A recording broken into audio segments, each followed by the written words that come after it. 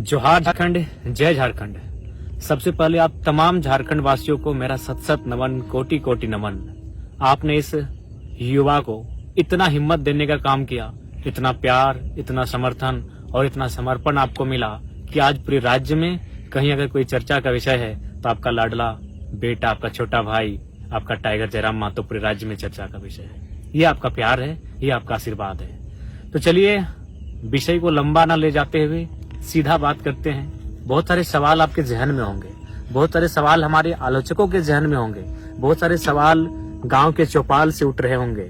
उन सवालों का मैं खुद से सवाल भी पूछूंगा और उन सवालों का उत्तर भी देने का काम करूंगा, क्योंकि मेरे पास मीडिया आज नहीं है। सबसे पहली बात, चलिए आपको शुभकामनाएं कि मेरा नॉमिनेशन एक्सेप्ट हुआ है। 4 पेपर मैंने भरा था, जिनमें 3 पेपर को सेलेक्ट किया गया है। एक र्यूमर आया कि नहीं, अंतिम पेपर को सेलेक्ट किया गया है और 3 पेपर रिजेक्ट हुए हैं, जो कि सत्य नहीं है। 3 पेपर सेलेक्ट हुए हैं, 1 पेपर रिजेक्ट हुआ है। अब रिजेक्ट क्यों हुआ है, थोड़ा सा कारण बता देते हैं, कि बहुत सारे लोग कहने लगे कि पढ़े लिखे नौजवान और गलती कर रहे हैं। तो एक बात क्लियर आप जान लीजिए कि नॉमिनेशन फॉर्म वकील भरते हैं, और जो वकील रहे या कोई रहे, सबसे पहले उनका धन्यवाद। कुछ त्रुटियां हो जाती हैं, मानवीय भूल हो जाती हैं। तो समस्या ये थी जिस फॉर्म को रिजेक्ट किया गया कि उसमें हस्ताक्षर यानी नाम, वोटर आईडी का पार्ट नंबर, सीरियल नंबर किन्हीं और का था और हस्ताक्षर किन्हीं और का बाय मिस्टेक इसलिए हुआ था क्योंकि हमने लगभग 2-3 दिनों में 5 बार हम लोगों ने पेपर में केस के सिलसिले में रिजेक्ट किया था, काटकूट किया था, क्योंकि नया नया केस हमें मिलता जा रहा था और नया नया फॉर्म बनता जा रहा था और बार बार फिर प्रस्तावकों का साइन लेना पड़ता था। तो स्वाभाविक है, बार बार जब चीजें घटित होंगी तो कुछ त्रुटियां आ जाती है। तो खैर फिलहाल 3 पेपर सेलेक्ट है, 1 रिजेक्ट है, डज नॉट मैटर। 1 भी अगर सेलेक्ट होता है तो उसी से लोग चुनाव लड़ते हैं। अब बात करते हैं उस दिन हुआ क्या था। केस के बारे में सब जानना चाहता है, बहुत सारे लोग मेरी जुबान से जानना चाहते हैं कि सच्चाई आखिर है क्या। क्योंकि एक लोग जो विपक्ष में बैठे हैं, जो आलोचक वर्ग है हमारा, वो एक प्रोपेगेंडा फैला रहे हैं कि यदि जयराम बाबू को इस केस की जानकारी नहीं थी तो फिर उनका हस्ताक्षर केस के एफिडेविट में कैसे आया। तो सबसे पहले मैं आपको क्लियरली बताना चाहूंगा कि 29 तारीख को जिस दिन मेरा नॉमिनेशन पेपर खरीदा गया, मैं कहाँ था पूरा राज्य जानता है। मैं चतरा में श्रीमान दीपक गुप्ता जी के, जो हमारे दल से हैं, उनका नॉमिनेशन था। यानी मैं दिन भर चतरा में था। मेरा फॉर्म धनबाद में, बोकारो में हमारे साथी खरीद रहे हैं और मैं कहा, चतरा में। अगला दिन मैं कहा था, हजारीबाग में। यानी फॉर्म जो भर रहे थे वो मेरे साथी भर रहे थे। 1 तारीख को मेरा नॉमिनेशन होना था और 2 दिन पहले ही हम लोगों ने फॉर्म लिया था। अब वहां डिटेल्स भरा जाना स्टार्ट हुआ।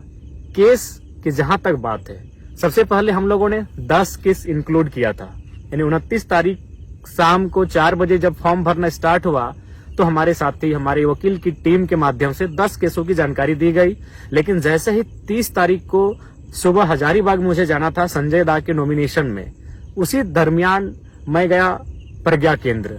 वहां हमारा साथी है, उनसे मिलने गए एक अकाउंट के सिलसिले में। तो हमारे चचा बैठे हुए थे बगल के पंचायत के।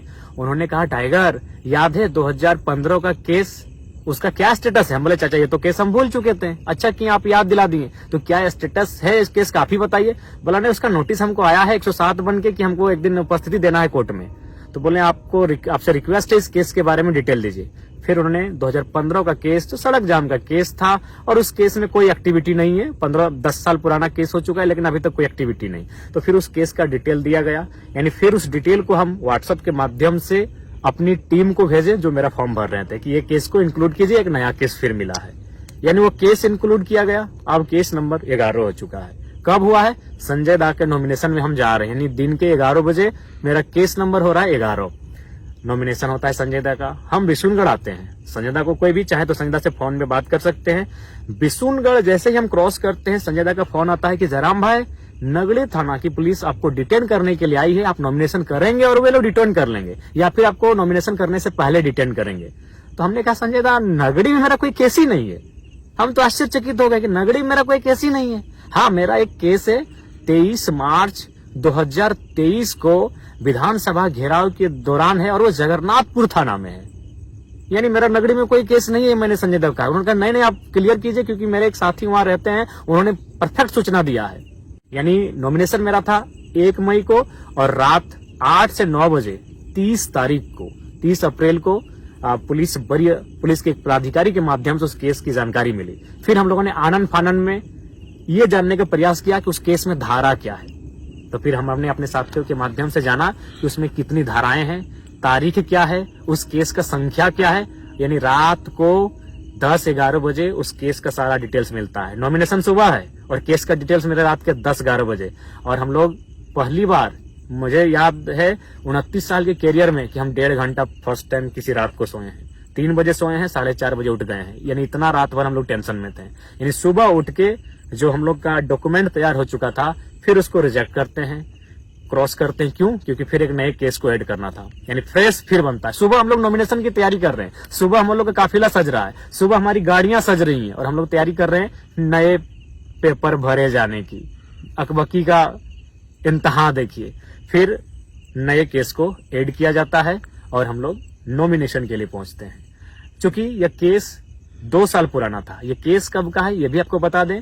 यह केस है आपका 21 मार्च 2022। यानी पहली बार जब ये आंदोलन अपने पीक टाइम में था और हम लोग फर्स्ट टाइम विधानसभा घेराव का कार्य किए थे, उस समय का है। और उस समय सभी जानते हैं कि हमारी एक्टिविटी बिल्कुल नियमता हुई थी। वहां उस समय जो डीएसपी मौजूद थे, उन्होंने अब बहुत सारे न्यूज चैनल में, बकायदा मुझे सनी दा का नाम याद है, उन्होंने पूछा भी था कि जयराम महतो पर कोई एफआईआर होगा। उन्होंने कहा नहीं, जहां तक 144 लागू है उस सीमा के बाहर ये लोग धरने पर बैठे हैं, कोई एफआईआर नहीं होगा। तो हम लोग भी आश्वस्त हो चुके थे। और सबसे खास बात, यदि डिटेन ही करना था, यदि वारंट ही निकालना था, तो 2 साल के दरमियान मैंने नहीं करने से भी 2-2.5 हजार सभा किया है। उस दरमियान अरेस्ट करते, चतरा नॉमिनेशन के समय अरेस्ट करते, हजारीबाग नॉमिनेशन के समय अरेस्ट करते। लेकिन खैर, साजिशें बहुत गहरी हैं। साजिशों का जो जड़ है वो बहुत दूर तक फैला है।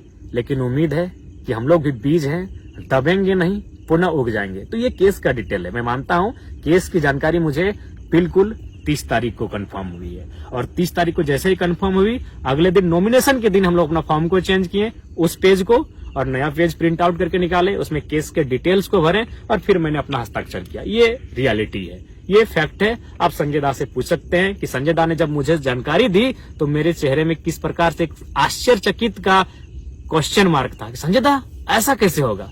नहीं, मेरा नाम ही नहीं हो सकता है, इतना हम कॉन्फिडेंट थे। तो ये केस का मैटर।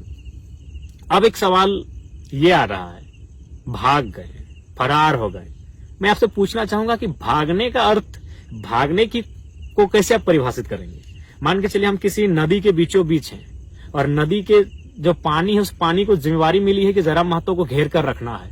तो जाहिर सी बात है, या तो मुझे नीचे सुरंग बना के निकलना होगा या तो उड़ के निकलना होगा, क्योंकि पानी की जिम्मेवारी है। या फिर अगर मुझे साइड से निकलना है, जिस तरह निकलेंगे, तो पानी को खुद रास्ता देना होगा। बिल्कुल यही बोकारो में जहां मेरी सभा हो रही थी, बिल्कुल चारों तरफ गोलाकार पुलिस खड़ी थी, हाथ से हाथ मिलाकर पुलिस खड़ी थी। आप वीडियो देख लीजिएगा।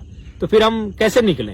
जाहिर सी बात, उन्होंने रास्ता दिया है। जी हाँ, उन्होंने ही रास्ता दिया है। मैं स्वयं उस वीडियो को वायरल करूंगा। पुलिस बैक पर आई है और स्कॉर्पियो के बोर्नेट पर बैठकर कोई फरार होता है भाई। अब सवाल है कि मैंने 1 मई नॉमिनेशन में जाने से पूर्व रात को 2-2:30 बजे शमशान घाट में बैठकर मैंने वीडियो 3 बनाया था।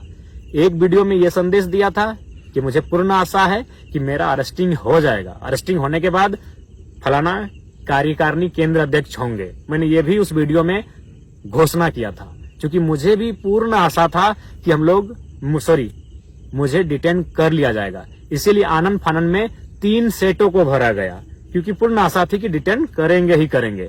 लेकिन वहां तक, डीसी चैम्बर से बाहर निकलने तक मैं बहुत उत्सुक था कि मुझे अरेस्ट करें। उसके बाद सभा तक, संबोधन के बाद तक मेरी इच्छा थी, मेरी दिल्ली इच्छा थी कि प्रशासन मुझे अरेस्ट करे। लेकिन परिस्थितियां वहां बिल्कुल विपरीत थी। परिस्थितियां क्या थी? बहुत सारे लोग पेट्रोल लेकर थे कि आत्मदाह कर लेंगे। बहुत सारे लोग हिंसक और उग्र स्वभाव रूप धारण कर चुके थे। वीडियो फुटेज आप देखे होंगे। यानी मैंने इसलिए वहां से निकलना उचित समझा। मैं निकला हूं, फ्रॉड नहीं। मैं बार बार कहूंगा क्योंकि आप मेरा स्टेटमेंट अंतिम क्या था याद होगा कि एसपी साहब माफ कीजिएगा, भीड़ की भावनाओं का सम्मान कीजिए, डिटेन किसी और दिन कीजिए। ये मेरा अंतिम शब्द था कि एसपी साहब माफ कीजिएगा, भीड़ की भावनाओं का सम्मान कीजिए, डिटेन किसी और दिन कीजिए। और हम वहां से निकल गए। क्या आज हम घर निकलते हैं? बाद में इस विषय पर बात करेंगे। क्यों? 1.5 लाख की भीड़ और पुलिस कितनी थी? 1,500। क्या पुलिस में सामर्थ्य था कि हमें वो डिटेन कर लेते बिना किसी हो हंगामे के, बिना किसी उपद्रव के, बिना किसी मुठभेड़ के? पॉसिबल नहीं था। 1.5 लाख की भीड़, 1,500 पुलिस, अनहोनी अप्रिय घटना घट जाती। संभवतः अगर हमें डिटेन किया जाता, अभी कौन पब्लिक, भाड़े की पब्लिक नहीं थी, प्रेम से आई हुई, समर्पित भाव से आई हुई, इस नौजवान को चाहने वाली पब्लिक, 45 डिग्री के तापमान में अपने खर्चे से आने वाली पब्लिक अपने चहते बेटे को अपने सामने अरेस्ट होते हुए बिल्कुल भी नहीं देख पाती। पता नहीं बोकारो का विधि व्यवस्था उस दिन क्या होता, पता नहीं बोकारो की परिस्थिति उस दिन क्या होती। कहीं कुछ अप्रिय हिंसक घटना न घट जाए, इसलिए मैंने बिल्कुल स्कॉर्पियो के बोर्नेट से कहा कि एसपी साहब माफ कीजिएगा, भीड़ की भावनाओं का सम्मान कीजिए, डिटेन किसी और दिन कीजिए। आप चाहे तो उस सभा में मौजूद तमाम मीडिया रिपोर्टर से पूछे, तमाम पुलिस के पदाधिकारियों से पूछे या जनमानस से पूछे। मेरा यही अंतिम स्टेटमेंट था, क्योंकि आसान नहीं था भीड़ को नियंत्रण कर पाना, आसान नहीं था मुझे वहां से डिटेन करके ले जाना। जो कि आप भी जानते हैं, आप हमें पसंद करें या ना करें, मैं ये अपने आलोचकों के लिए और विपक्ष के लिए कहना चाहूंगा, लेकिन ये आपको मानना होगा, आज लोगों के आशीर्वाद ने मुझे झारखंड का जन नेता बनाया है।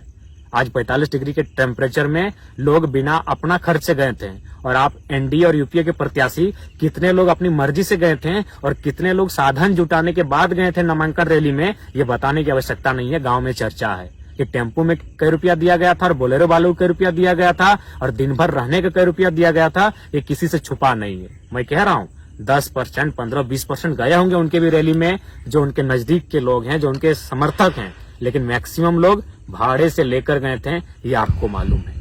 तो ये बिल्कुल परिस्थितियां सामान्य नहीं थी कि हम वहां से डिटेन कर लिए जाते। मैंने यहां तक वीडियो आप किसी चैनल में देखिएगा कि डीएसपी साहब से हम कान में बात कर रहे हैं। ये कौन सा तरीका है कि भागने वाला आदमी डीएसपी से ऐसे कान में बात कर रहा हो? हम बोर्नेट पर बैठे हैं और डीएसपी साहब बगल में। हम उनको क्या कह रहे थे कान में पता है कि सर या तो पिंडराजोड़ा थाना में हमको डिटेन करने का मौका दीजिए या तो पेटरवार में दीजिए। यहां से पॉसिबल ही नहीं कि आप हमको पकड़ के ले जाएंगे। यहाँ उपद्रव हो जाएगा, यहाँ अप्रिय घटना घट जाएगी, क्योंकि पब्लिक का मूवमेंट गजब का है। भावनाओं में भी है, आंखों में आंसू भी है और आंखों में अंगारे भी हैं। और मुझे लगता है बोकारो आज जल जाएगा। इसीलिए विधि व्यवस्था को मेंटेन कीजिए, डिटेन किसी और दिन कीजिए।